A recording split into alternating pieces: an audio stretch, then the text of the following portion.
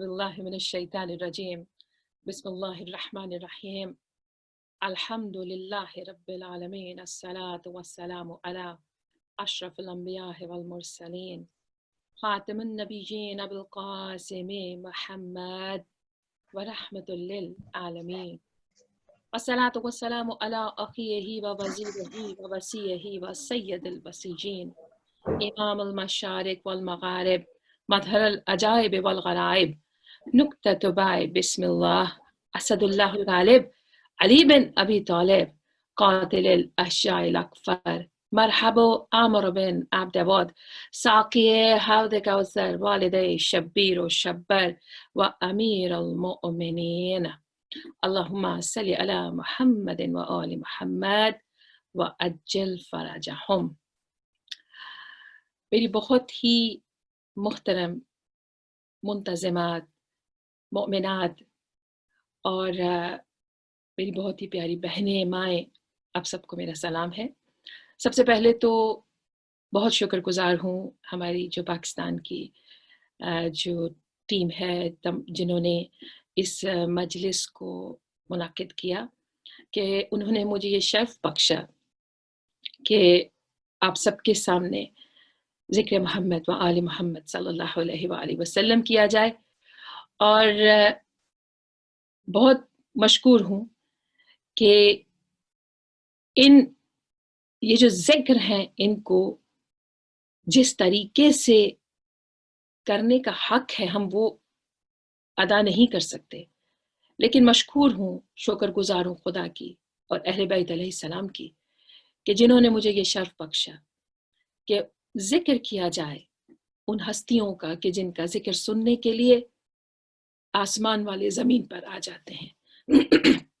اور یہ ہم سب کے لیے خوش نصیبی ہے، جو سننے والے ہیں، جو دیکھنے والے ہیں، جو پڑھنے والے ہیں. یہ خوش نصیبی ہے ہم سب کی کہ خدا نے ہمیں اس در سے جوڑا، در زہرا سلام اللہ علیہا سے جوڑ دیا. ہمارا ان سے تمسک رکھنا، ہمارا ان سے اپنی عقیدت رکھنا، اور جو دل میں محبت علی علیہ السلام ہے، جو محبت اہل بیت علیہ السلام ہے، اس سے بڑی کوئی نعمت نہیں ہے ہمارے لیے، کوئی نعمت نہیں ہے. اور فخر کیا کریں کہ خدا نے ہمیں ایسی نعمت عطا فرمائی کہ جو کائنات میں اس نعمت کا کوئی نعم البدل نہیں ہے. بخدا اگر انسان اسی ایک نعمت کو لے کر، بہت سی نعمتیں ہیں لیکن ان نعمتوں میں سب نعمتوں کی سردار نعمت جو ہے وہ ولای علی علیہ السلام ہے. اور بخدا ہم اپنے یہ اگر آپ ذہن میں یہ سوچئے کہ یہ نعمت کیا ہے تو آپ کو یہاں سے اندازہ ہو جائے گا کہ ہم اس ہستی کے ماننے والے ہیں، ان ہستیوں کے ماننے والے، رسول صلی اللہ علیہ وآلہ وسلم اور آل رسول، ان علی کے ماننے والے ہیں. وہ ہستی کہ جس ہستی نے کائنات میں یہ منوا دیا کہ علی علی ہوتا ہے. یہی ہم کتنے خوش قسمت ہیں. یہی تو چیز ہے، یہی تو بات ہے کہ خدا قرآن میں بھی کیا ارشاد فرما رہا ہے. بسم اللہ الرحمن الرحیم ان الدین عند اللہ الاسلام، کہ خدا کے نزدیک جو سب سے بہترین دین ہے، جو دین ہے وہ اسلام ہے. دنیا کے جتنے بھی مذاہب اکٹھے بھی ہو جائیں اور وہ پکار کے کہیں کہ ہمارا دین حق ہے، تو خدا کہتا ہے نہیں، جو خدا کے نزدیک، جو کائنات کا خالق ہے، اس کا جو دین ہے، اس کا پسندیدہ دین، جو اس کے نزدیک دین ہے، وہ اسلام ہے. دیکھیے، اگر آپ فقط اس آیہ مبارکہ، جیسے میں ہمیشہ اپنے لیکچرز میں، آپ نے سنے ہوں گے میرے لیکچرز بھی، کہ ہمیشہ میں یہی کہتی ہوں مجالس میں بھی کہ خدا جو خالق ہے، جو سب کا مالک ہے، وہ خدا کہ جس نے کائنات میں اپنی پہچان کروائی تو کس کے ذریعے سے؟ محمد مصطفیٰ صلی اللہ علیہ وآلہ وسلم یا ان کی آل کے ذریعے سے. اس کے سوا خدا نے کسی کو چنا ہی نہیں اپنی پہچان کے لیے. نبی آتے رہے، اتنا عزیز دین تھا خدا کو یہ اسلام اتنا عزیز تھا کہ خدا نے اس دین کے لیے 1,24,000 نبی بھیجے. اتنا پسند یہ دین خدا کو کہ خدا نے اس کا پرچار، اس کی تبلیغ کرنے کے لیے کتنے نبی بھیجے، اس کے بعد ہادی ہیں ائمہ طاہرین کو بھیجا. یعنی خدا چاہتا ہے کہ یہ وہ دین کہ جو خدا کا پسندیدہ دین ہے، جو چنا ہوا دین ہے، اس کے پہنچانے والے، اس کے تبلیغ کرنے والے بھی ایسے ہوں کہ جو خدا کے چنے ہوئے ہوں. خدا کے چنے ہوئے کے سوا کوئی بھی اس دین کا پرچار کر نہیں سکتا، کسی کو اجازت نہیں ہے. جیسا کہ میں اپنے پچھلے لیکچر میں بھی یہ کہہ رہی تھی، اگر آپ نے سنا ہو کہ خدا جب خلیفہ بناتا ہے یا اپنا ہادی بناتا ہے یا امام بناتا ہے یا رسول بناتا ہے تو وہ خدا خود بناتا ہے. انی جاعل فی الارض خلیفہ، کہ میں زمین پر خلیفہ بنانے والا ہوں، میں ہوں کہ جو خلیفہ بناتا ہوں. تو کیونکہ یہ دین میرا ہے، یہ دنیا میری ہے، میں نے اس کو خلق کیا ہے، میں خالق ہوں. دیکھیے آپ خود سوچئے، ذرا ذہن میں اگر آپ کے اگر یہ سلسلہ کنٹینیویشن ہو جائے، کیونکہ یہ جو ان ہستیوں کا ذکر ہے، یہ ذکر ایسا ہے کہ اس کے لیے آپ کے سال گزر جائیں، زندگیاں گزر جائیں. یہاں سے اندازہ لگائیں کتنے علماء ہیں، کتنے پڑھنے والے ہیں. آج کے کب سے 1400 سال گزر گئے ان ہستیوں کا ذکر ہوتے ہوئے، لیکن ابھی تک تشنگی ہے، کوئی حق ادا نہیں کر سکتا. کتنا خوبصورت، کتنا بڑا ذکر ہے یہ. اور یہ قرآن تو قصیدہ ہے ان ہستیوں کا. اور آج کل کا جو آج کل کے ایام جا رہے ہیں، ذی الحج کے ایام ہیں. آج آپ سب کے مطابق 8ویں ذی الحج ہے انگلینڈ اور ہمارے مطابق. کچھ لوگ آج، بلکہ میجورٹی سب یوم عرفہ آج کے دن ہے اور کل عید ہے. تو اس طرح بہت سے مختلف جگہوں پر ان ایام کو اس کو عقیدت کے ساتھ منایا جا رہا ہے. اور ہم یہی دعا کرتے ہیں کہ اے اللہ تو نے ہمیں یہ جو سعادت بخشی ہے ان ہستیوں کا ذکر کرنے کی، تو ہماری ان توفیقات میں اضافہ فرما. اور ہماری جتنی بھی ٹیم ہے، جو منتظمات ہیں جنہوں نے اس مجلس کو منعقد کیا ہے اور اس ذکر کو منعقد کیا ہے، خدا ان کی توفیقات میں اضافہ فرمائے، سوائے غم حسین ان کو کوئی غم نہ دے. اب یہ جو سلسلے ہمارے مجالس کے ہیں، اگر آپ ان کو غور سے دیکھنا شروع کریں، سوچنا شروع کریں، تو ہمارے لیے کتنی بڑی سعادت ہے. اب یہی ذکر جو میں یہی بات جو بتانا چاہ رہی ہوں کہ اگر آپ ذہن میں کنٹینیویشن رکھیں کہ 1400 سال گزر گئے اور یہ ذکر ایسا ہی ہے، بلکہ بڑھتا جا رہا ہے. مولا کے چاہنے والے بڑھتے جا رہے ہیں، دشمن جتنا بھی اس کو اپنے کنٹرول میں کرنے کی کوشش کرتا ہے یہ اور بڑھتا ہے. اگر کوئی علی کا چاہنے والا شہید ہوتا ہے تو خدا 10 ایسے شیعہ دنیا میں بنا دیتا ہے، بھیج دیتا ہے، پیدا کرتا ہے. تو یہ ذکر ختم ہونے والا نہیں ہے. کیوں؟ اس لیے کہ خدا کا پسندیدہ دین ہے. تو جب دین رہے گا تو دین کے بچانے والے بھی قیامت تک رہیں گے.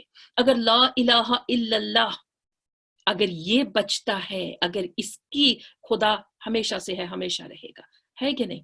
ہم سب جانتے ہیں کہ خدا ازل سے ہے اور ابد تک ہے. تو جو کچھ بھی خدا کے ساتھ ساتھ جڑا ہوا ہے وہ بھی ہمیشہ رہنے والا ہے. اگر آپ دین کی بات کریں تو خدا اس دین کا مالک ہے، خدا ہم سب کا مالک ہے. تو جب مالک ایسا ہے، یا حیو یا قیوم، مالک کون سا ہے کہ جو ہمیشہ رہنے والا ہے، جو کبھی نہیں ختم ہوگا، وہ ہمیشہ سے ہمیشہ رہے گا. تو آپ کا کیا خیال ہے؟ اور یہ بات یاد رکھیے کہ خدا میں کوئی شے داخل نہیں ہو سکتی، خدا سے کوئی شے خارج نہیں ہو سکتی. جو کچھ خدا میں ہے وہ ہمیشہ سے ہے، ہمیشہ رہے گا. خدا کسی چیز کا مرکب نہیں ہے، خدا ایک ہے، واحد ہے. یہی تو ہمارا دین سکھاتا ہے، توحید سکھاتا ہے، ہمارا دین نبوت سکھاتا ہے، ہمارا دین امامت سکھاتا ہے، ہمارا دین قیامت کے بارے میں بتاتا ہے. تو ہمارا دین کیا ہے؟ اصول کیا ہے؟ توحید ہے، عدل ہے، نبوت ہے، امامت ہے، قیامت ہے. تو یہ تمام اصول، یہ پلرز ہیں ہمارے دین کے، خدا کے دین کے. تو اگر آپ علیحدہ علیحدہ ان تمام جتنے بھی یہ پلرز ہیں اسلام کے، یہ دین کے، اگر ان کو علیحدہ علیحدہ لیں تو ہر ایک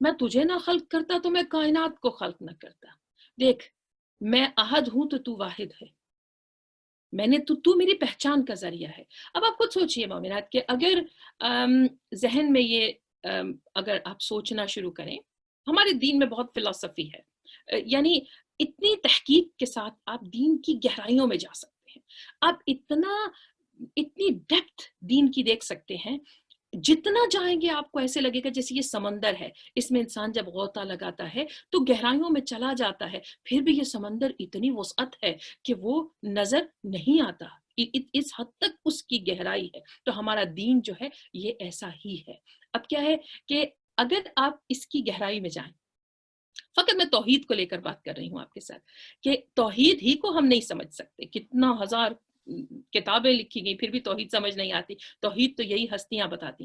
خدا وہ ہے کہ جو خالق بھی ہے، جو معبود بھی ہے، جو مسجود بھی ہے. خدا اول بھی ہے، خدا آخر بھی ہے. خدا نے کتنے نام ہیں، اس میں اعظم ہے خدا کے اسماء اعظم، کتنے نام ہیں خدا کے. اور خدا جو کچھ ہے وہ وہی ہے، جو نام ہے خدا کے وہی ہے.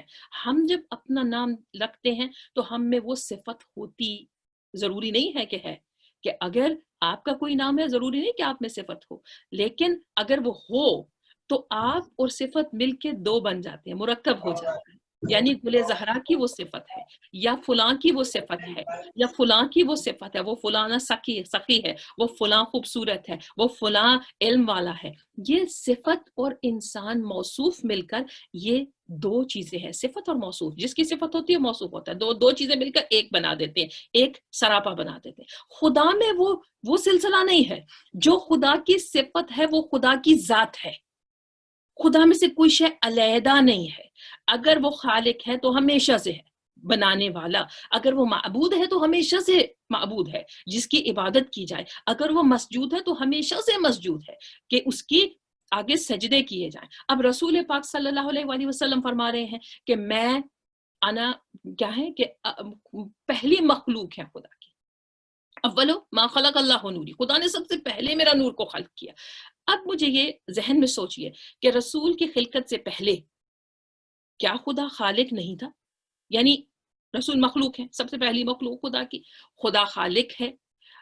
کیا رسول سے پہلے، بنانے سے پہلے خدا خالق نہیں تھا؟ اگر نہیں تھا، جب رسول نے سجدہ کیا، جب رسول کے نور نے خدا کی عبادت کی، تو کیا خدا اس سے پہلے معبود نہیں تھا؟ کیا خدا اس سے پہلے مسجود نہیں تھا؟ کیا خدا اس سے پہلے اول نہیں تھا؟ نہیں، خدا خالق بھی ہے، خدا معبود بھی تھا، خدا مسجود بھی تھا. اب کیا ہے، کیا فرق ہے، کیا فرق ہے اس میں کہ خدا پہلے سے خالق بھی ہے، مسجود بھی ہے، معبود بھی ہے. خدا نے کوئی نیا کام خدا کے اندر داخل نہیں ہو سکتا. اگر خدا اپنے دین کو پسند کرتا ہے تو اسلام شروع سے خدا کے ساتھ ہے. اگر خدا کسی کی محبت میں کائنات کو بناتا ہے تو وہ محبت شروع سے خدا کے اندر ہے. آپ یہ نہیں کہہ سکتے کہ کوئی نئی بات تھی کہ خدا کی محبت میں، رسول کی محبت میں خدا نے کائنات کو خلق کر دیا. نہیں، ایسا نہیں ہے. جو محبت نئی کی بات بھی نہیں ہے. جو کچھ جب سے خدا ہے، خدا میں جو کچھ بھی ہے وہ ہمیشہ سے ہے. اس طرح پہ بات کو ذہن میں رکھیے گا، اور اس کو صحیح اینگل سے اگر آپ دیکھیں گے تو آپ کو سمجھ آئے گی کتنا فخر محسوس کریں گے علی کے در پہ جھکنے کو. آپ یہ سوچئے کہ رسول کہ سجدوں سے پہلے خدا نے سب سے پہلے جب خلق کیا، خدا خالق بھی تھا، پہلے سے خالق تھا، معبود بھی تھا، پہلے سے عبادت بھی، جس کی عبادت کی جائے. اب ذہن میں سوال آتا ہے کہ اگر خدا خالق تھا پہلے سے، معبود بھی تھا، مسجود بھی تھا، اب رسول کے دنیا میں، رسول کی خلقت کے بعد فرق کیا ہوا؟ ذہن میں آ سکتا ہے نا، خدا خالق بھی ہے، معبود بھی ہے، مسجود بھی ہے، لیکن رسول کے دنیا میں ابھی دنیا نہیں بنی ہے. رسول کی خلقت کے وقت جب رسول کو خدا نے بنایا، اب یہ رسول کی خلقت بھی بہت خوبصورت ہے. اب میرے اس وقت میں گنجائش نہیں، ورنہ انشاءاللہ اگلی کسی ذکر میں رسول پاک صلی اللہ علیہ وآلہ وسلم کی خلقت امام علی علیہ السلام کی زبانی بتاؤں گی تو آپ کو بہت لطف آئے گا. لیکن جب رسول کی خلقت، خدا نے رسول کے نور کو خلق کیا، خدا خالق پہلے سے تھا، جب رسول کے نور نے عبادت کی، لیکن خدا تو معبود پہلے سے ہے، جب سجدہ کیا خدا مسجود پہلے سے ہے۔ اب فرق کیا ہے؟ سوچنے والے سوچ سکتے ہیں فرق کیا ہے۔ رسول کی خلقت کے بعد ان ڈیفینیشنز میں فرق کیا ہو گیا؟ پہچان کس سے ہوتی ہے؟ رسول سے۔ خدا خالق تھا لیکن خلق رسول کو کر کے خدا خالق کہلوایا۔ معبود پہلے سے تھا لیکن جب رسول نے عبادت کی تو خدا معبود کہلوایا۔ جب رسول نے پہلا سجدہ کیا خدا مسجود پہلے سے تھا لیکن مسجود کہلوایا۔ کیوں؟ اس لیے کہ وہ رسول نے، اس لیے تو کہا کہ یہ رسول میری پہچان کا ذریعہ ہے، اور رسول نے یہ کہہ دیا کہ خدا نے سب سے پہلے میرا نور خلق کیا تاکہ لوگوں کے ذہنوں میں کوئی پرابلم نہ رہے، کوئی پریشانی نہ رہے، لوگ اپنے طریقے سے باتوں کو جوڑنا نہ شروع کر دیں، کسی کو کسی کے ساتھ ملانا نہ شروع کر دیں۔ اسی لیے رسول پاک صلی اللہ علیہ وآلہ وسلم نے فرمایا اول ما خلق اللہ نوری، خدا نے سب سے پہلے میرا نور خلق کیا، اور پھر دوسری جگہ پہ فرما دیا وَأَنَا وَعَلِيٌّ مِّن نُورٍ وَاحِدٍ، اور میں اور علی ایک ہی نور کے دو حصے ہیں۔ جب خدا نے میرے نور کو خلق کیا تو علی میرے ساتھ تھا، میرا نور تھا، اس لیے تو کہا یا علی نفسو کا نفسی واللحمو کا لحمی ودمو کا دمی، اے علی میرا نفس تیرا نفس ہے، تیرا نفس میرا نفس ہے، تیرا خون میرا خون ہے، تیرا گوشت میرا گوشت ہے، یہی بتانا چاہتے تھے۔ اور پھر علی کو اپنا بھائی بنا کر بھائی چارے میں یہی تو بتایا یا علی انت اخی فی الدنیا والآخرہ، کہ تو فقط دنیا میں میرا بھائی نہیں ہے، آخرت میں بھی رہے گا۔ کیوں؟ اس لیے کہ جب تیری اور میری ابتدا ہوئی تھی نور کی تو اس وقت بھی میرے ساتھ تھا، آخرت میں بھی تو میرے ساتھ رہے گا۔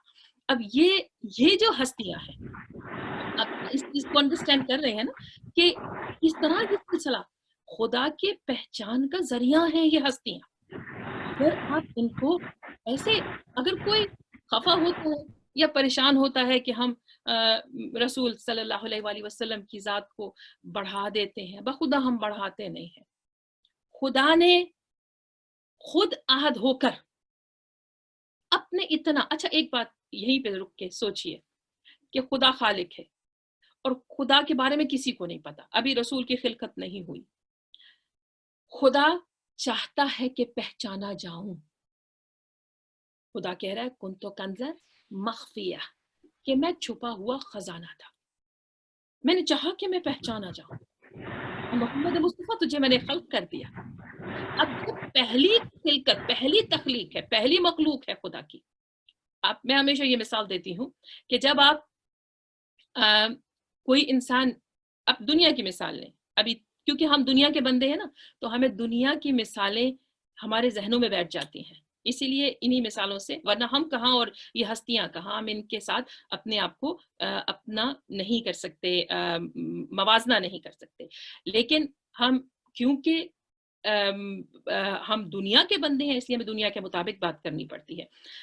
ہم سوچتے ہیں کہ کوئی بنانے والا ہے، انوینٹر ہے، کسی نے کوئی چیز انوینٹ کرنی ہے اور وہ دنیا میں بڑا بہت بہترین سائنسدان ہے، اس نے اس کی انوینشن اس کو چاہیے، اس نے اپنا لوہا منوانا ہے کہ میں کوئی ایسی چیز بناتا ہوں، وہ شاہکار بناؤں گا کہ جو رہتی دنیا تک لوگوں کو نظر آتا رہے۔ میں کوئی ایسا بناؤں گا، کوئی ایسی چیز بناتا ہوں، انوینٹ کرتا ہوں کہ جس سے میں پہچانا جاؤں، لوگ کہیں کہ یہ وہ سائنٹسٹ ہے کہ جس نے اس کو بنایا تھا۔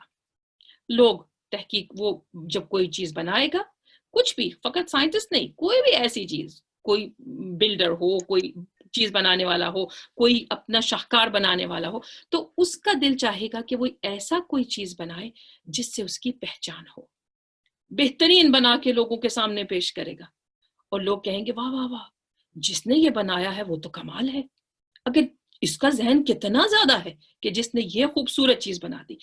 اس بنانے والے کی کوشش ہوگی کہ وہ اتنا بہترین، اس کے سارے جتنے بھی اس کے ہنر ہے اس پہلی بنائی ہوئی چیز کے اندر آئیں گے، تاکہ جب وہ اس کو دیکھیں تو جانیں کہ یہ بنانے والا کیسا ہے۔ بنانے والا نظر نہیں آتا، آپ نے صرف اس کی بنائی ہوئی چیز کو دیکھنا ہے۔ یہاں پہ اب خدا کو لے آئے، خدا خالق جو نظر نہیں آ سکتا، خدا نے اپنے آپ کو منوانا ہے، بتانا ہے کہ میں خالق ہوں، اس کو یہ بتانا ہے دنیا کے سامنے، رہتی دنیا میں، دنیا کو خلق کر کے۔ نہ جانے کتنے عالم تھے اس عالم سے پہلے، نہ جانے اس آدم سے پہلے کتنے آدم تھے۔ اب یہی بات خدا کیا چاہتا ہے کہ میں بتاؤں کہ میں کیا ہوں۔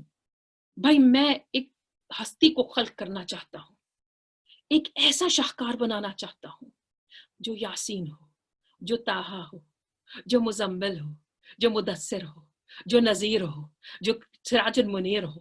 بھائی جس کی سیادت کو دیکھوں تو پکار اٹھیں لوگ کہ یہ یاسین ہے، جس کی طہارت کو دیکھیں تو کہیں یہ طٰہٰ ہے۔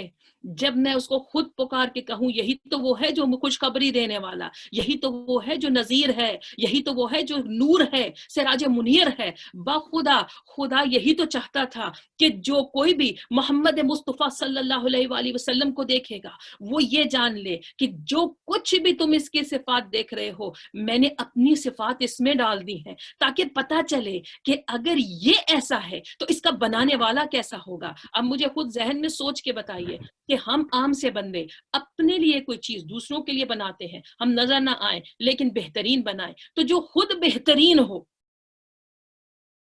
جو خود بہترین ہو، وہ جب کسی کو خلق کرے گا تو وہ کیسا بہترین ہوگا۔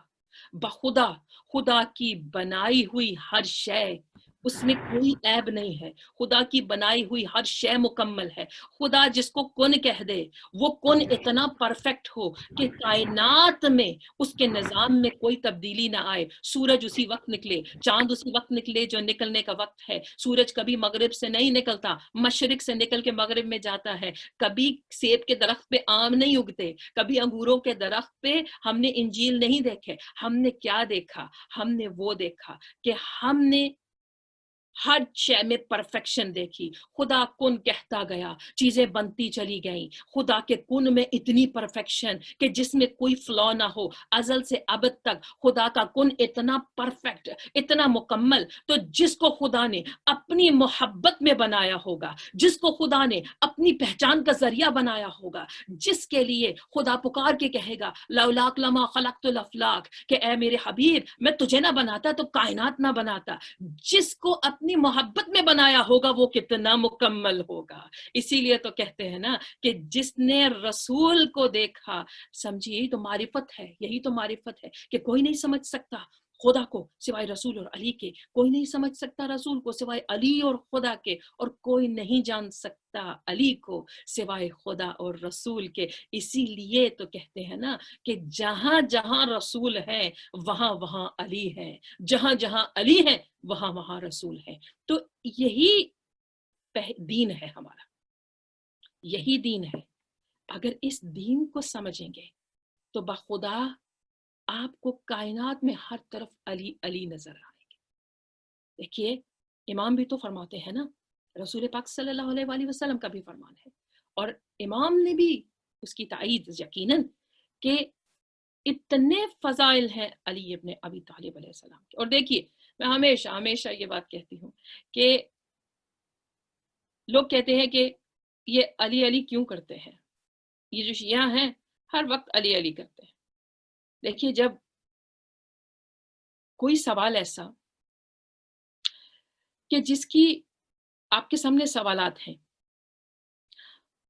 اسٹوڈنٹ کو وہ سوال آتے ہیں، کیا ٹیچر وہ سوال پکڑ کے وہی دہرائے گا یا اس سوال کو دیکھے گا کہ جس کا جواب نہیں آتا؟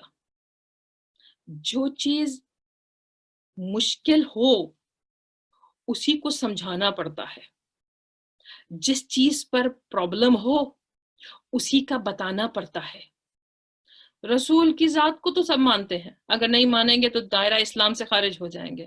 خدا کو بھی تو سبھی مانتے ہیں، اگر نہیں مانیں گے تو دائرہ اسلام سے خارج ہو جائیں گے۔ رسول مسلمان کیا ہے؟ لا الہ الا اللہ محمد رسول اللہ، کہ جو خدا کی ذات کو، توحید کو مانے، رسول کو خدا کا نبی مانے، آخری نبی رسول مانے، تو اس وقت رسول اور خدا ان کو مان لیا تو مسلمان ہو گئے۔ لیکن اس جگہ پر اکتفا نہیں ہے، یہ بات نہیں ہے۔ کتنے مسلمان ہیں؟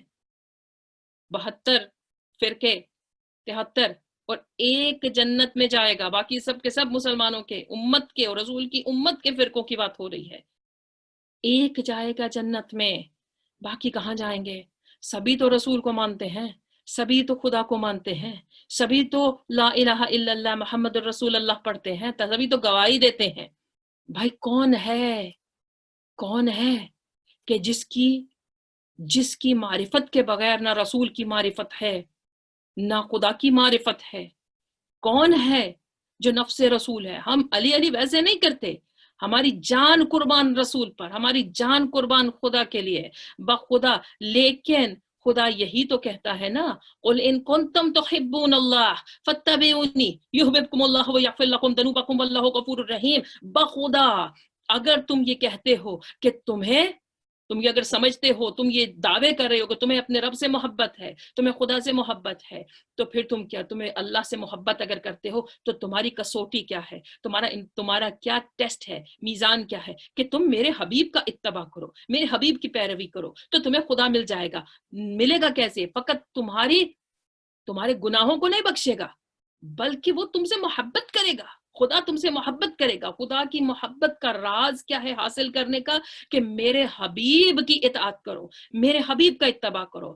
ان کنتم تحبون اللہ فاتبعونی، کہ اگر تم میرا اتباع کرو گے، میری پیروی کرو گے، یحببکم اللہ، اللہ تم سے محبت کرے گا، تمہارے گناہوں کو بخش دے گا. تو اس کا مطلب یہ ہے کہ اگر خدا کی محبت کو حاصل کرنا ہے تو محمد مصطفیٰ کی اطاعت کو کرنا ہے. یہاں تک تو بات سمجھ میں آ جاتی ہے. لیکن ہم نے عجب نظارے دیکھے، ہم نے عجب طریقے دیکھے کہ رسول کو پہلے خدا نے رسول کو منوایا کہ اگر تم مجھے چاہتے ہو تو تمہیں میرے حبیب سے اتباع کرنا ہوگا، حبیب کی پیروی کرنی ہوگی، اتباع کرو گے. اور یہ جانتے ہیں، میں بہت دفعہ بتا چکی ہوں، لیکن نئے سننے والوں کو خدا نے یہ نہیں کہا کہ میرے حبیب سے محبت کرو، یہ نہیں کہا کہ میرے حبیب سے معرفت رکھو، کہا میرے حبیب کا اتباع کرو، اس کی اطاعت کرو. کیونکہ خدا جانتا ہے کہ اطاعت کا درجہ بہت بلند ہے. معرفت ہوگی تو محبت ہوگی، محبت ہوگی تو اطاعت ہوگی. یعنی جو رسول کی اطاعت کرے گا اس کو معرفت بھی ہوگی، اسے رسول سے محبت بھی ہوگی.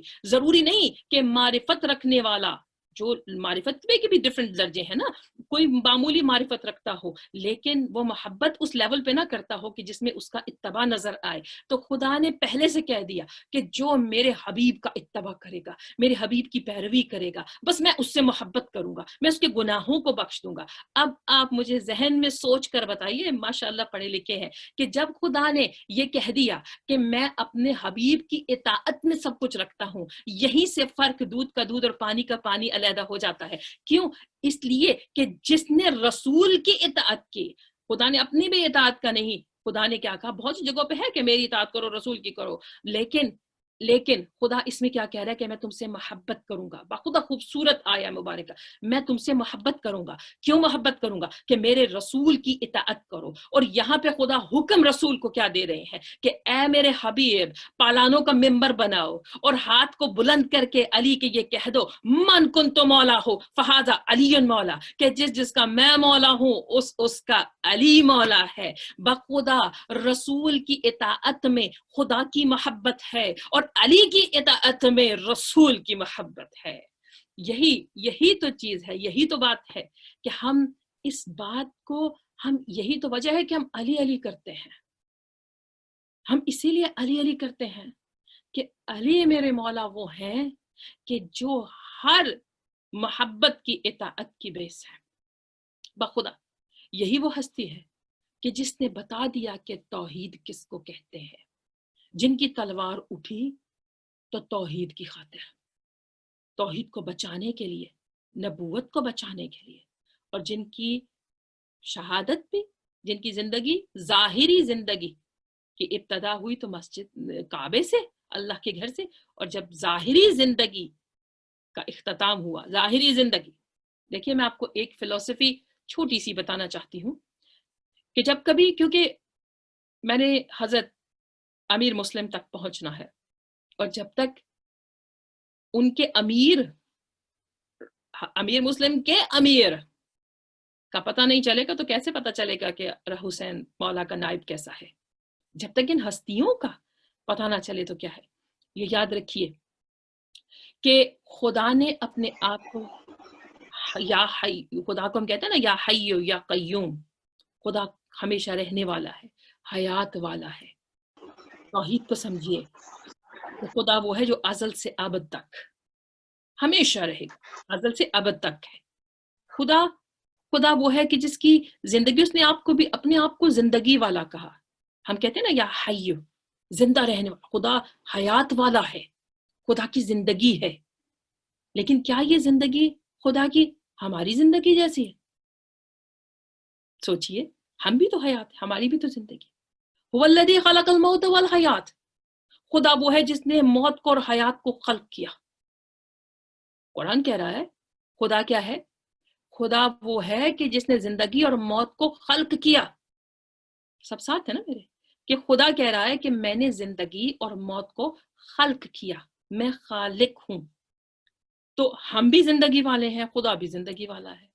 لیکن خدا کی زندگی میں اور ہماری زندگی میں زمین اور آسمان کا فرق ہے۔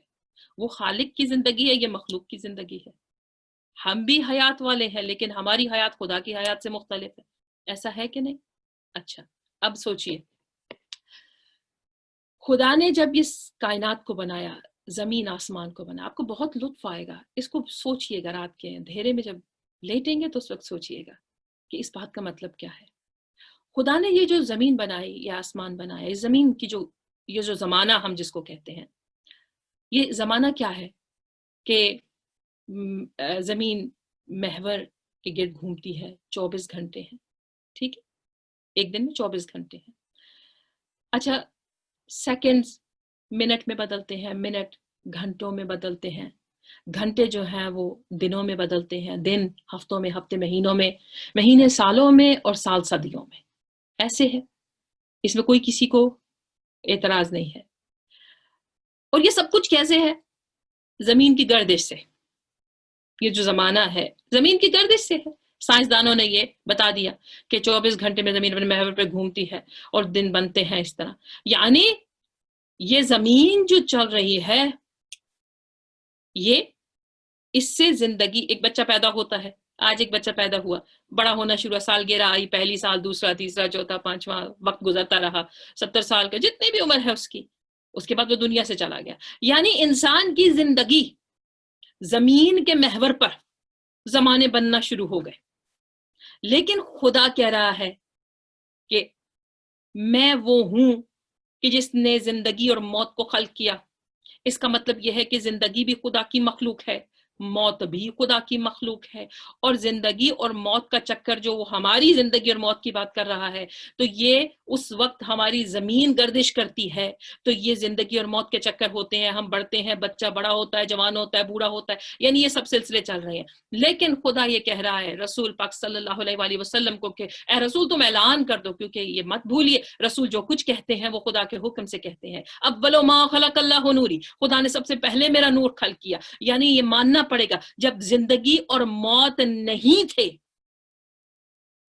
اس وقت رسول تھے۔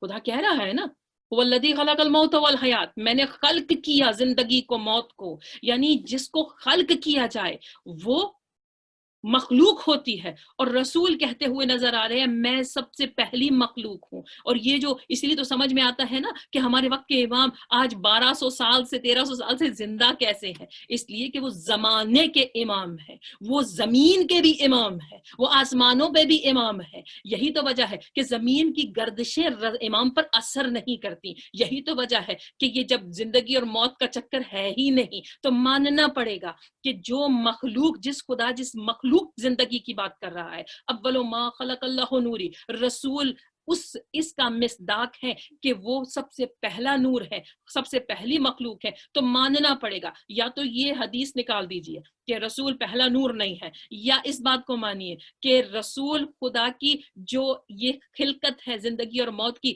اس چکر میں نہیں آتے، وہ اس سے بلند ہیں، اس سے برتر ہیں۔ اس کا مطلب ہے کہ ایک حیات خدا کی، ایک حیات دنیا کی، ایک زندگی خدا کی، ایک زندگی دنیا والوں کی۔ آپ سمجھ رہے ہیں؟ ساتھ ساتھ ہے میرے، خدا بھی حیات والا، اور یہ دنیا میں بھی خدا نے زندگی دی، لیکن اس زندگی میں اس میں فرق ہے۔ خدا کی حیات ہمیشہ سے ہمیشہ رہے گی، اور ہماری زندگی ختم ہو جائے گی۔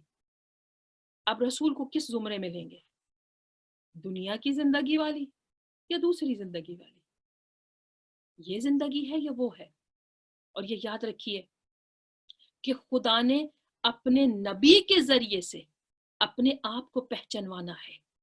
خدا نے یہ بتانا ہے کہ دیکھو اگر میں حیات والا ہوں، میری زندگی ہمیشہ رہے گی، تو میں ایسے کو دنیا میں بھیجتا ہوں کہ جو ہمیشہ دنیا میں رہے گا، کبھی رسول کی صورت میں، کبھی علی کی صورت میں، کبھی حسن اور حسین کی صورت میں.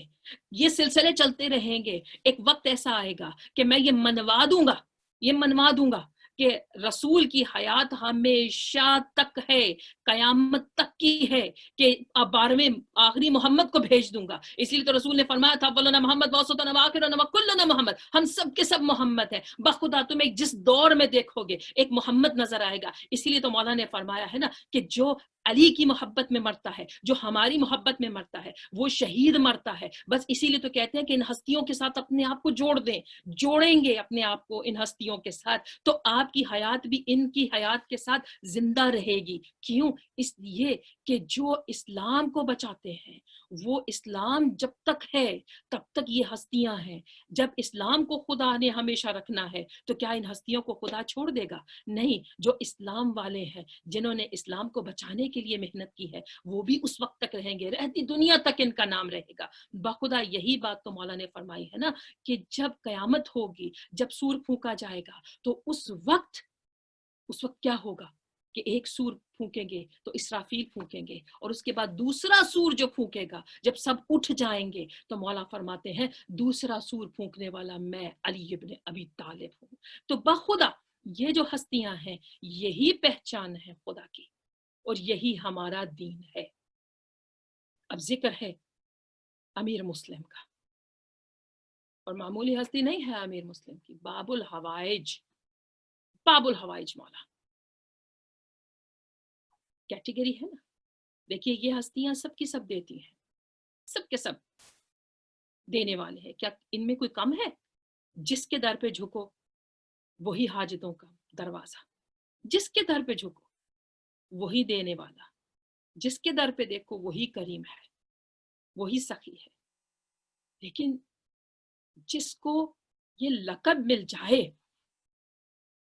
امام علی علیہ السلام باب الحوائج، حضرت عباس علمدار باب الحوائج، شہزادہ علی اصغر باب الحوائج، امام موسیٰ کاظم باب الحوائج، اور امیر مسلم باب الحوائج. کتنا بڑا رتبہ ہے جناب مسلم کا. کہتے ہیں کہ یہ جب ان کا جو شکل و صورت ہے وہ بہت مشابہ تھی رسول پاک سے. شہزادہ علی اکبر تو بعد میں آئے، لیکن امیر مسلم علیہ السلام، مسلم بن عقیل، امام کے بھائی کے بیٹے، ان کا چہرہ بہت مشابہ تھا رسول سے. اور جانتے ہیں، شاید آپ نے یہ بات سنی ہو یا نہ، کہ شہزادہ علی اکبر سے پہلے امیر مسلم کو شبیہ مصطفیٰ کہا جاتا تھا. اتنے حسین تھے، اور امام علی علیہ السلام کو بہت پسند تھے، بہت محبت کرتے تھے اپنے بھائیوں سے اور ان کی اولاد سے. اور امیر مسلم جو تھے ان کو بہت پسند تھے، بہت پیار کرتے تھے. یہی وجہ تھی کہ انہوں نے اپنی بیٹی کا رشتہ بھی بی بی رقیہ کا امیر مسلم کو دیا تھا، کیونکہ ان کو پسند کرتے تھے. اور ان کا لقب ہے امیر مسلم علیہ السلام کا، ایک تو باب الحوائج کہتے ہیں، اور دوسرا اشجع الناس، اتنے بہادر کہ جو بہترین ترین جو بہادر انسان، ان کو لقب دیا گیا. اور آپ معمولی مت سمجھیے گا کہ یہ ہستی کیا ہے. اور ایک کیونکہ ابھی ذکر ہو رہا ہے تو میں آپ کو ایک عمل بھی بتاتی چلوں کہ اگر کسی کا کوئی کام رکا ہوا ہو، اور یہ بہت مجرب عمل ہے، میں جب بھی کوئی عمل بتاتی ہوں اکثر اپنی بہنوں کو بتاتی ہوں میں اعمال، اور جو عمل بتاتی ہوں وہ ٹیسٹڈ اور ٹرائیڈ ہوتے ہیں. وہ ایسے نہیں ہوتے کہ آپ ان کو بس پڑھ کے بول دیں، ایسا نہیں ہے. وہ ٹیسٹڈ اور ٹرائیڈ ہوتے ہیں، وہ بہت اس سے فیض ملتا ہے. لیکن اگین اس کے لیے معرفت کی ضرورت ہے.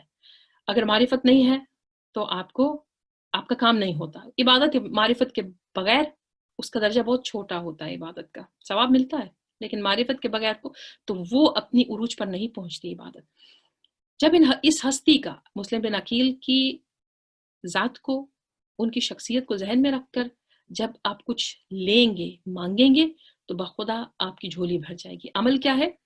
کوئی مشکل ہو، خصوصاً کوئی کام رکا ہوا ہو. بعض بہنیں ہیں جو کسی دوسرے کے اختیار میں بات ہوتی ہے، جیسے گھر کا سلسلہ. مجھے بہت سی بہنیں کہتی ہیں کہ ہمارے گھر کے لیے دعا کیجیے کہ خدا ہمیں اپنا گھر دے، یا کہیں پہ جاب کے مسئلہ ہوتا ہے، یا کہیں پہ کوئی ایسی چیز جو دوسرے کے اختیار میں ہو. بعض ہیں جن کے ویزا نہیں لگ رہا، یا کوئی پرابلم کہ جس میں آپ سوچیں کہ کسی دوسرے کے آگے آپ کو کہنا ہے. تو اس کے لیے 7 سیٹرڈیز آپ نے امیر مسلم علیہ السلام کی زیارت پڑھنی ہے، 2 رکعت نماز سے زیارت، اور ان کی زیارت پڑھنی ہے اپنے وقت کے امام کو سلام کر کے کہ مولا ہم اس باب الحوائج کا واسطہ دیتے ہیں اور آپ ہماری مدد فرمائیں اور ہمارے اس کام کو کر دیں. بخدا 7 ہفتے ہیں یہ، 7 سیٹرڈیز. اس سے بہت پہلے آپ کا کام ہو جاتا ہے، بہت پہلے 2-3 سیٹرڈے آپ پڑھیں گے نا تو خود بخود آپ کا مسئلہ حل ہو جائے گا. مشکل کشائی ہوتی ہے، ظاہر ہے باب الحوائج ہے تو ان سے مشکل کشائی کیوں نہیں ہوگی. اور پھر کیا ہے کہ اگر آپ نماز نہیں پڑھ سکتے ڈزنٹ میٹر، لیکن آپ نے زیارت ضرور پڑھنی ہے امیر مسلم علیہ السلام کی. بعض اوقات ہوتا ہے ہماری بہنیں کہ جو نماز نہیں پڑھ سکتی کچھ ایام کی وجہ سے، لیکن اپنے بالکل چھوڑیے گا نہیں اس عمل کو. اس میں یہ ہے، ایک دفعہ پھر میں ریپیٹ کر دیتی ہوں کہ 7 ہفتے 7 ویکس سیٹرڈیز، 7 ہفتے کا دن آپ نے امیر مسلم علیہ السلام کی زیارت پڑھنی ہے، اور زیارت کے ساتھ 2 رکعت نماز زیارت بھی پڑھنی ہے. اگر نماز نہیں پڑھ سکتے تو آپ نے زیارت ضرور پڑھنی ہے 7 سیٹرڈیز. اول تو کوئی میرے پاس ابھی تک واپس ایسا نہیں آیا جس نے مجھے یہ کہا ہو کہ ہماری یہ دعا کوئی مشکل آسان نہیں ہوئی. ابھی تک کسی نے مجھے نہیں کہا. ماشاءاللہ 7 ہفتے سے پہلے مشکل آسان ہو جاتی ہے. لیکن فرض کریں اگر ایسا ہو جائے تو آپ کوئی مذائقہ نہیں، کوئی پریشانی نہیں، 1 ہفتہ چھوڑ کر آپ نیکسٹ سیٹرڈے سے دوبارہ یہ عمل شروع کر سکتے ہیں. لیکن میں اگین آپ کو کہہ رہی ہوں یہ انسان کی معرفت پہ ڈیپینڈ کرتا ہے، انسان کی یقین پہ. اگر معرفت بلند ہوگی، یقین ہوگا، توکل ہوگا تو 2 ہفتوں کے اندر آپ کا کام ہو جائے گا. سیٹرڈیز یاد رکھیے گا، کوشش کریں کہ ایک وقت میں یہ کریں. ایک وقت یعنی مختلف اوقات میں نہیں. اگر آپ نے صبح کا وقت چوز کیا ہے تو صبح کے وقت ہی ان کی زیارت کو پڑھیں. اگر دن کا کیا تو دن کو، شام کا، یعنی یہ آپ پہ ڈیپینڈ کرتا ہے. لیکن کوشش کریں، ہاں اگر مجبوری ہو تو کوئی فرق نہیں ہے، لیکن کوشش کریں کہ یہ 7 ہفتے پورے کریں. اور انشاءاللہ باب الحوائج امیر مسلم کی برکت سے، ان کی مشکل کشائی سے مشکلیں آسان ہو جائیں گی. تو اب خود سوچئے کہ جو نائب ہو اس کا یہ عالم ہو، جو سفیر ہو وہ باب الحوائج ہو، تو جو اس باب الحوائج کا امیر ہوگا وہ کتنا دینے والا ہوگا، وہ کتنا کریم ہوگا. امام حسین علیہ السلام نائب جس کو بنایا کوفہ بھیجنے کے لیے، وہ امیر مسلم ہے. اب یہ مولا جن کو اپنا نائب بنایا، یعنی امام حسین علیہ السلام کو ریپرزینٹ کرنا ہے، سفیر حسین ہے. اور کیوں؟ آپ جانتے ہیں کہ کوفی کہہ رہے ہیں، کوفہ والے کہہ رہے ہیں کہ یا مولا آپ ضرور آئیے، آپ یہاں پہ تشریف لائیں. اور مولا امیر مسلم کو بھیج رہے ہیں کہ جاؤ آپ جا کے امیر مسلم کے ہاتھ پہ بیعت کروانی ہے. یعنی مسلم علیہ السلام کی جو بیعت ہے وہ حسین ابن علی کی بیعت ہے. کتنی بڑی بات ہے، کتنی بڑی بات ہے کہ ان کی بیعت امام حسین علیہ السلام کی بیعت. 15 رمضان 60 ہجری امیر مسلم علیہ السلام کو بھیجا کوفہ میں، اور جب گئے وہاں پر، آپ سب جانتے ہیں جب جاتے ہیں وہاں پر تو ہزاروں کے لوگ ہزاروں میں آپ کے ہاتھ پہ بیعت کرتے ہیں. لیکن غربت کا یہ عالم کہ جب ابن زیاد ملعون آتا ہے، اس کو خبر ہوتی ہے کہ یہ اتنی بیعت ہو گئی، اور ابن زیاد کوفہ میں آتا ہے، اس کو گورنر بنا کے بھیجا گیا کیونکہ اتنا سفاک انسان تھا. اور جب یہ داخل ہوا کوفہ میں تو اس طرح داخل ہوا، اس نے اپنے سر پہ کالا امامہ پہنا ہوا، سفید پوشاک پہنی ہوئی اور اپنے چہرے کو ڈھانپا ہوا، اور لوگوں کو ایسے مسلیڈ کرنے کے لیے کہ جیسے حسین ابن علی آ رہے. دیکھنا چاہتا تھا کہ کتنے لوگ ہیں کہ جو ان کے پیروکار ہیں، کتنے حسین ابن علی کو چاہتے ہیں. جیسے گیا تو ہر وقت ہر طرف مرحبا مرحبا کی آوازیں بلند ہونا شروع ہوئی، اور یہ گھبرا گیا کہ یہ تو یہاں پہ تو پورا کوفہ کہیں ایسا نہ ہو کہ یہ ان ہستیوں کے ساتھ ہو جائے. بس وہیں سے اس نے ٹھان لی، لوگوں کو دھمکیاں دینا شروع کی. کہتے کہ ایک وقت ایسا ہوتا تھا کہ امیر مسلم کے پیچھے ہزارہ لوگ نماز پڑھتے تھے، لیکن ایک وقت ایسا بھی آیا کہ جب نماز ختم ہوئی تو کوئی ایک بھی نہیں تھا. اب جو یہ دشمن مسلم کے پیچھے پڑ گئے، اور یہ مولا کا سفیر رات کے اندھیرے میں کبھی ایک طرف جاتے ہیں، کبھی دوسری طرف جاتے ہیں، بھوکے پیاسے بچوں سے علیحدہ ہو گئے. انشاءاللہ 2 اگست کو ہم نے امیر مسلم کے فرزندوں کی بھی شہادت کا اہتمام پڑھنے کا کیا ہے، مجلس منعقد ہے، ضرور بھرپور طریقے سے شامل ہوئے گا. تو کیا ہے کہ کہاں کا رات کو بھوکے پیاسے، اور کہاں پہ پہنچتے ہیں، ایک گھر کے سامنے بیٹھتے ہیں. توآ کا گھر ہے جو مولا کی چاہنے والی ہے، اور اس کا شوہر اور اس کا بیٹے کا نام بلال یا حلال کچھ ایسا ہے، اور اس کا یہ عالم ہے کہ وہ ابن زیاد ملعون کے درباریوں میں سے ایک ہے.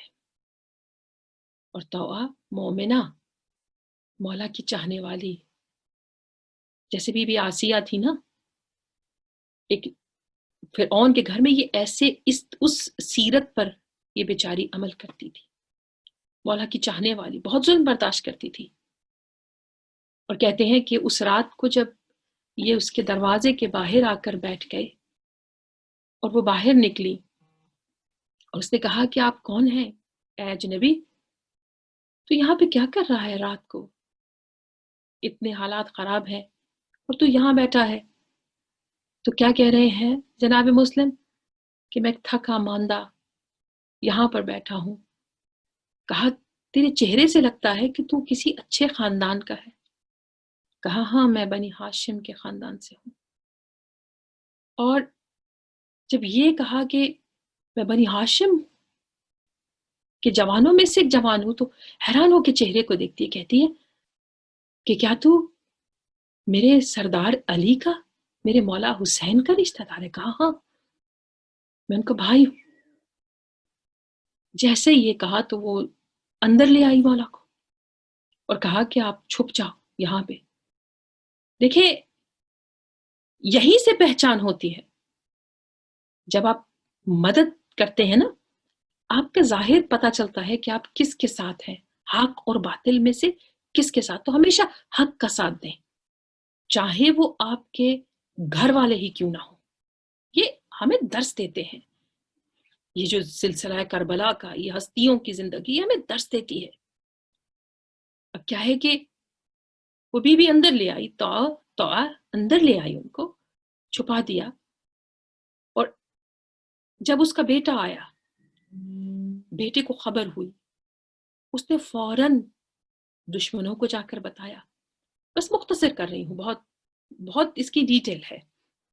الغرض کتنی فوج آ گئی، ہزاروں کا لشکر آ گیا علی کے شیر کو لینے کے لیے. جب آواز سنی تو امیر مسلم باہر آ گئے. کہا کہ نہیں، مجھے باہر، میں کسی کو اپنی وجہ سے تکلیف نہیں دینا چاہتا. دیکھا لشکر نے گھیرا اور اس علی کے شیر نے ایسی جنگ کی، بہادر تو تھے، ایسی جنگ کی کہ کتنوں کو واصل جہنم کیا، کہ ابن زیاد کو اور فوج بھیجنا پڑی. جب انہوں نے دیکھا کہ یہ علی کا شیر، اس طرح نہیں اس کو ہم قابو میں کر سکتے، تو اس وقت انہوں نے گڑھا کھودا اور اس گڑھے پہ گھاس پھوس ڈال کر، ٹہنیاں ڈال کر اس میں دھوکے سے اس طرف کو لے کر گئے. اور امیر مسلم وہاں پر گڑھے میں گرے، اور جب گر گئے تو پھر اس وقت سب نے بوچھاڑ کر دی ظلم کی. جس کے ہاتھ میں جو ہوتا تھا وہ پھینکنا شروع کر دیا. اگر کسی کے ہاتھ میں پتھر ہے تو پتھر. کسی نے ایک ایسا پتھر مارا کہ امیر مسلم کے دندان مبارک شہید ہوئے. اور اس وقت کہتے ہیں کہ ایسی کوئی تلوار سے وار کر رہا ہے، کوئی تیروں سے مار رہا ہے، جس کو کچھ نہیں ملتا تو وہ لاٹھیاں مارتا ہے. اور پھر اس وقت امیر مسلم کو اس حالت میں لایا گیا، قید کر کے، باندھ کر، کہ خون زبان سے، دانتوں سے خون ہے، چہرہ خون آلود ہے، جگہ جگہ زخم لگے ہیں. اور میرے مولا امیر مسلم اپنے سر کو اٹھا کر کھڑے ہیں. اور اس وقت ابن زیاد کہتا ہے کہ تم نے مجھے سلام نہیں کیا. تو مولا نے فرمایا کہ میرا امیر فقط حسین ابن علی ہے. دیکھیے، میں ہمیشہ یہ کہتی ہوں کہ ہم نام سے یاد کرتے ہیں حسین غریب، یہی کہتے ہیں نا، میرا کہ پہلا شہید ہے کربلا کا. ہم کہتے ہیں حسین غریب، لیکن ہم کہتے ہیں مسلم امیر، امیر مسلم. تو کیا وجہ ہے کہ جس نے یزید اس ابن زیاد کے دربار میں یہ کہا کہ میرا حسین امیر ہے، تو میرے مولا نے شاید یہی سوچا ہو کہ اے مسلم، آپ نے مجھے بھرے دربار میں مجھے امیر کہلوایا، میری عزت رکھی. آج سے حسین غریب ہے، اور جب بھی آپ کا نام آئے گا تو امیر مسلم کا نام آئے گا، امیر لگے گا ساتھ. بس کیا کہا کہ کوئی آخری خواہش ہے؟ تو اس وقت امیر مسلم کیا فرماتے؟ کہتے ہیں کہ بس میری کچھ وصیتیں ہیں. ایک یہ کہ میرا قرض دینا ہے، کہ میری زرہ کو بیچ کے قرض ادا کر دینا. دوسرا، اب دیکھیے اس وقت امیر مسلم کی آنکھ میں آنسو ہے، اور پوچھنے والا پوچھ رہا ہے کہ تم تو اتنے بہادر ہو، آنکھوں میں آنسو کیوں ہے؟ کہا مجھے خوف نہیں ہے، آنسو آنکھوں میں اس لیے کہ کاش میں اپنے بھائی حسین کو، اپنے مولا کو خط نہ لکھتا کہ آپ آ جائیں. میرا بھائی وہاں سے چل پڑا ہے اپنے ساتھ بہنوں کو لے کر، اپنے ساتھ بچیوں کو لے کر. بس میری دوسری وصیت یہ ہے کہ آپ یہ بتا دو، میرے بھائی کو خبر کر دو کہ وہ یہاں پر نہ آئے، میرے مولا کو خبر کر دو کہ یہاں پہ نہ آئے. اور تیسری وصیت کہ میرے بچے یتیم ہو جائیں گے، 2 بچے محمد ابراہیم، ان کو واپس بھیج دینا تاکہ وہ اپنے خاندان میں چلے جائیں، اپنے گھر والوں کے پاس. مومنات کیا کہتا ہے وہ ملعون کہ آپ کی پہلی بات مانی جائے گی، جو قرض ہے وہ ہم دے دیں گے، باقی 2 وصیتیں نہیں مانیں گے ہم. اور ایک جو ذہن میں میرے ابھی خیال آ گیا کہ ابن زیاد کے دربار میں جب ایسے کھڑے ہوئے تھے امیر مسلم ایک شیر کی طرح، اور یہی بات، یہی دربار کہ جہاں پہ امام زین العابدین علیہ السلام کو لایا گیا، تو امام کی گردن جھکی ہوئی تھی، میرے مولا کی آنکھوں سے خون جاری تھا. تو امام سجاد سے پوچھا گیا دربار کے اندر کہ اسی دربار میں ہم نے مسلم کو دیکھا تھا، وہ بھی تو آپ جیسے جوان تھے، ان کا سر بلند تھا، ایک شیر کی طرح اکڑے ہوئے تھے، لیکن آپ کی گردن جھکی ہوئی ہے. اے سجاد، آپ بھی تو اسی خاندان کے ہیں، کیا وجہ ہے؟ تو میرے مولا نے رو کے کہا تھا، پوچھنے والے تو نے انصاف نہیں کیا. جب میرے چچا مسلم آئے تھے تو اس وقت تو کیا تھا کہ ان کے وہ اکیلے تھے، شیر تھے. آج تو مجھے لایا ہے تو میری ننگے سر پھوپھیوں کو ساتھ لایا ہے، تو ان کو قید کر کے لایا ہے. بس یہی تو میں کہتی ہوں امیر مسلم، آپ خوش قسمت کہ دربار میں آئے ہیں تو اپنی شجاعت دکھا کے گئے، قربان سجاد کے سفروں پر. بس مومنات، امیر مسلم کو کہا گیا کہ دارالامارہ کی چھت پہ لے جایا جائے، وہاں پہ ان کا سر قلم کیا جائے. اب عید کی شب ہے، عید کی شام ہے، سب تیاریاں کر رہے ہیں. دارالامارہ کی چھت سے دیکھا، چاروں طرف لوگ عید کی خوشیاں منانے کو لگے ہیں، اور امیر مسلم کو اپنے بچوں کا خیال آ رہا ہے، گھر کا، اپنے بھائی حسین کا خیال ہے. میں کہتی ہوں قربان ایک مرتبہ رخ کر کے کہا، السلام علیکہ یا ابا عبداللہ، اے حسین ابن علی، آپ پہ میرا سلام ہو.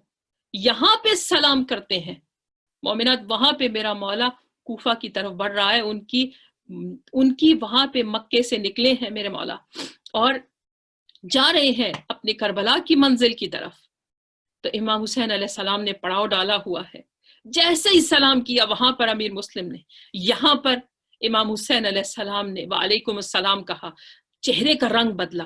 عباس کی نظر امیر مسلم کے جب جیسے ہی کہا نا، تو اس وقت عباس کی نظر امام حسین علیہ السلام کے چہرے پر پڑی. جیسے ہی سلام کا جواب دیا، عباس نے دیکھا کہ جواب کیا دے رہے ہیں، تو اس وقت میرے مولا عباس امام حسین کے پاس آئے. کہا مولا کس کو جواب دے رہے ہیں سلام کا؟ کہا آؤ عباس، میں تمہیں بتاؤں کہ کیا منظر ہے.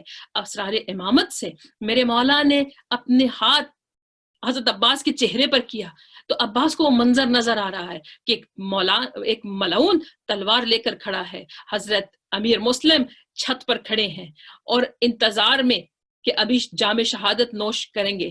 تو اس وقت حضرت عباس کو ایک جلال آیا، کہا مولا مجھے بھیج دیں تاکہ میں مسلم کی مدد کر سکوں. تو اس وقت میرے مولا کیا فرماتے ہیں، کہتے ہیں نہیں عباس، اس کی شہادت اسی طرح ہے.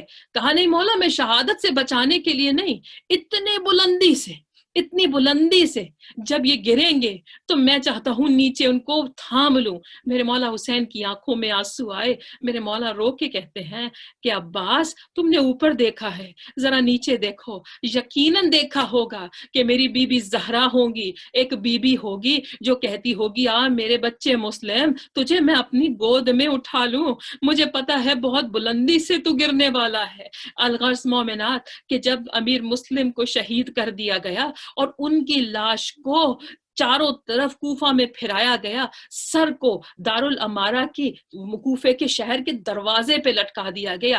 جانتے ہیں، بس آخری 2 جملے، جانتے ہیں کہ جب یہ لٹا ہوا قافلہ 10 محرم کے بعد جب ان کو اسیر بنا کر جب لے کے آیا گیا تو دور سے کوفے کے دروازے پر میری بی بی زینب کو اپنے بھائی مسلم کا کٹا ہوا سر نظر آیا. تو ایک مرتبہ میری بی بی فضا کے پیچھے چھپنا شروع ہو گئی. تو میری بی بی سے پوچھا فضا نے کہ بی بی آپ کیسے اب کیوں چھپ رہی ہیں، اس طرح کیوں؟ تو میری بی بی نے رو کے کہا، میری فضا سامنے دیکھو، دارالامارہ کے چھت پہ جس وقت میرے بھائی کو شہید کیا گیا اس کے سر کو کوفہ کے دروازے پہ لٹکا دیا گیا ہے.